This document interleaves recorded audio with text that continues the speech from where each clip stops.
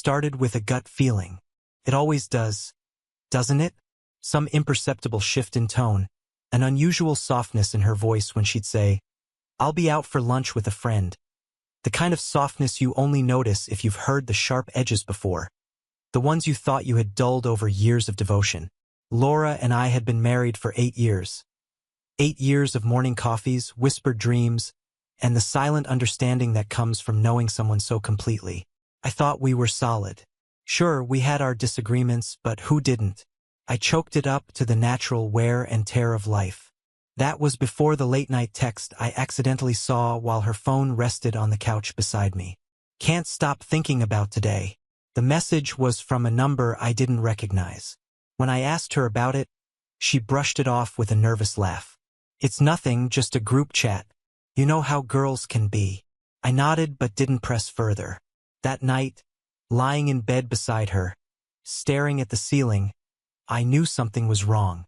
Something was very, very wrong. It wasn't until weeks later, when her lunch dates became more frequent and her excuses vaguer, that I decided to act. I'm not proud of it, but I went through her phone when she left it unattended one afternoon. The texts I found weren't suggestive, they were explicit. Her friend was someone named Eric, and judging by their exchanges, the lunch dates were far more than a quick sandwich and small talk. I felt a rush of nausea and anger, followed by a crushing wave of humiliation. My wife, my Laura, was having an affair, and it wasn't just a fling. These weren't messages of mere physical attraction.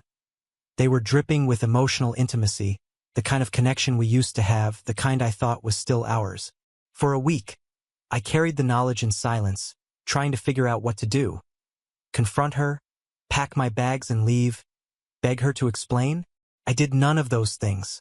Instead, I did something I've never done in my life. I plotted carefully, methodically. I planned. It started with research.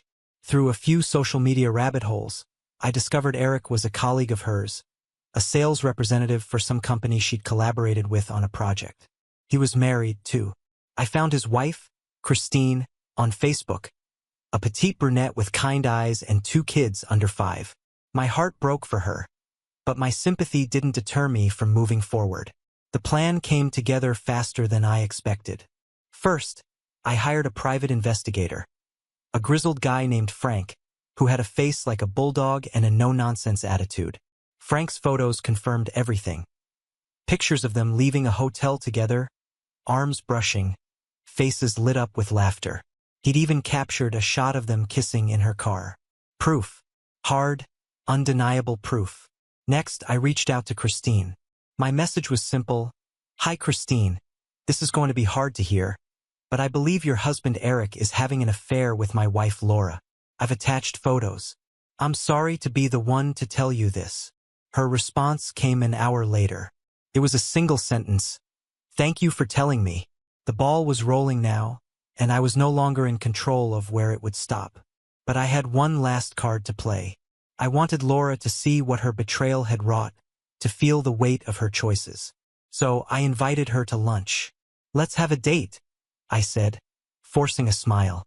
"Just the 2 of us. We haven't done that in a while." She seemed relieved, almost eager.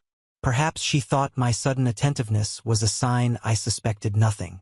Little did she know it was the calm before the storm. The day of the lunch arrived. I set the table meticulously. A crisp white tablecloth, our finest silverware, and 2 glasses of wine. On the surface, it looked like an attempt at rekindling romance. In reality, it was a stage, and the centerpiece wasn't flowers, but a manila envelope filled with every damning piece of evidence Frank had gathered. Laura walked in, smiling, her cheeks flushed from her supposed lunch date. She stopped cold when she saw the table, her eyes darting from the envelope to me. "What's this?" she asked, her voice shaky. I didn't answer. I just gestured for her to sit. Reluctantly, she did, her smile now a shadow of what it had been moments before. I slid the envelope across the table. "Open it," I said. She hesitated, then complied. Her jaw tightened as she sifted through the photos and printouts of text messages. "I can explain," she stammered, but her voice lacked conviction. "Explain." I leaned back in my chair, my voice calm but razor-sharp. Explain what? That you've been lying to me for months? That you've been sneaking around with a married man? That you've been treating our marriage like it's disposable? Tears welled in her eyes. It's not like that, she whispered. Then what is it like, Laura? I demanded, my voice rising. Because, from where I'm sitting, it looks like you've been having your cake and eating it too. She broke down, sobbing, mumbling apologies that meant nothing. I let her cry, let her wallow in the mess she'd created. When she finally looked up at me, her face streaked with tears, I dropped the next bombshell. I've spoken to Christine, I said. Her eyes widened in horror. You what? She knows everything just like I do. You've destroyed not one, but two families, Laura. Congratulations. At that moment, there was a knock at the door. Laura's head whipped around, her expression a mix of fear and confusion. I stood and opened it to reveal Christine. She stepped inside, her face calm, but her eyes blazing with anger. And behind her, Eric. Laura's face went pale. What is this? She whispered. This, I said, is closure. The confrontation that followed was ugly. Christine unleashed years of pent-up frustration on Eric, who stood there, stammering like a fool. Laura tried to intervene, but Christine turned on her with the ferocity of a lioness. Don't you dare try to justify this, she snarled. You're a selfish, deceitful. The words she used weren't fit for polite company. Eric finally tried to defend himself, spouting some nonsense about feeling unappreciated at home. I cut him off. Unappreciated. I laughed bitterly. You've got two beautiful kids and a wife who'd move heaven and earth for you. And this is how you repay her? By the end of it, everyone's emotions were frayed. Laura and Eric looked like broken shells of the people they were when they walked in. Christine and I exchanged a look, a silent acknowledgement that we'd both emerged stronger. The fallout was swift. Laura packed her bags and moved out that evening. I filed for divorce the next day. Christine did the same. Eric lost his job when Christine sent their employer copies of the evidence. Laura's reputation took a nosedive as word of the affair spread among our friends and family. They had no one to blame but themselves.